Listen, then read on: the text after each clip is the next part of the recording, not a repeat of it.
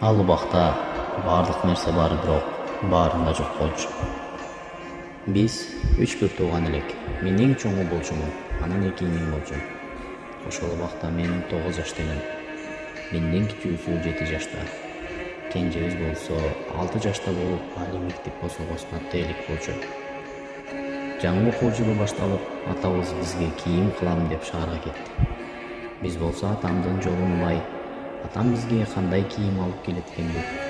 Жолдо 3 тууган кобурашып турдук. Шаардан айылга автобус каттачу. Ал дагы күнүнө бир жолу эле. Кичине иним Рафат, атам мага шаардан бүт кийим алып келет. Мен аны жыргап кийим деп кайра айтты. Атам келди, бизге кийимдерди бере баштады. Биз ал учурда ушундай бактылуу болдук. Балалыктын эң ширин күндөрү эле. Себеби ал убакта азыркы замандын шартындай каалагандан магазинден, базардан кийим сатып алып кие албайт элек. Жылына бир жолу кийинсек аябай сүйүнүп, ата-энебиз айткандарын заматта аткарчубуз. Кийимдерди таркатып кичине инем Рафат болсо өз кийимин таппай, көздөрүнө жаш толуп калган эле. Ал үмүт менен сүйүнүчтүн айынан толгон жаш эле. Атам демин ичине кери тартып, Рафатты жылмайы менен карап, балам, сага кийинкисинде сөзсүз алып келем. Кечки тамакка баарыбыз отурдук. Кубанычтуу табыт менен тамак жеп шаңдуу отурдук. Бир гана Рафаттын маанайы жок, көздөрү моңоюндуу эле. Атам мага туфлими менен шым алып келген. Андай кийимди анда санда кийгенден биз ишерибиз менен жакшына кылып бүктөп бийик жерге коюп койчубуз. Рафат аке, сизге кийим өтө жарашты. Өтө сонун кийим алып келиптир деди. Мен анын сөзүн угуп, кийимдеримди тияттап алып коюп, тез карап турат элем. 3-4 күн өтүп Рафат кайра келди да, аке, караң, кийимиңизди кандай сонун жарашкан. Мага да бериңизчи, бир жолу кийип көрөйүнчү. Жок, сага узун келет. Узун келбейт, мен аны бүктүп алам. Чаңкыласың, жөн кой дедим. Бергим келбей жатат. Бирок иним да жөн койбоду. Анын турушу, үнү, көз карашы, каалоосу мени макул кетирди. Рафат дедим, эртең сабактан келейин, сага кийгизем. Ал бул сөзүмдү угуп, аябай кубанды. Ордунан 1-2 жолу секирип да жиберди да.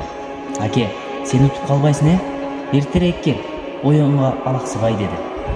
Мен сабакта отурсам эшиктен бирөө кирип келди да, сабак өтүп жаткан агайдын кулагына шылдырады эле. Агай мага карап, алышкан үйүңө бар, батыраак, атаң чакырыптыр деди. Үйгө жөнөдүм, шашылып. Үйгө жакындаганда үйүбүздүн алдында топтолгон адамдарды көрдүм. Бир топ адам биз тарапты көздөй бараткан эле. Жакындаганда айкырык менен чаң салган апамдын үнү угулду. Ай балам, менин жан балам, жараңа да баа болоюн. Көзүңдү ачып, үн салчы, дартыңа да баа болоюн. Жүрөгүмдү берейин, өмүрүмдү берейин, кагылайын Рафатым, мени таштап кетпечи. Мен дагы деле түшүнгөн жокмун эмне болуп жатканын. Көрсө ошол күнү мени келеттеп кечке күтүптүр. Шашылып, чуркап чыгып эшиктен трактордун түбүнө кирип кетиптир. Инимди жууп, кепиндеп, жаназасын окуп, көтөрүп жөнөштү. Мен артынан чуркадым. Үстүмдөгү шымды эски шымга алмаштырып, жаңысын колтукка кыстарып, чуркап бир абамдын жанына келип, аба, мен бүгүн иниме жаңы шымымды кийгизем деп сөз берген элем. Бир жолу кийгизсем болобу дедим. Мени силки берди. Атам инимди жайга коёр замат колуна алды да, балам, мен сени мазарга эмес, базарга алып барайын деген.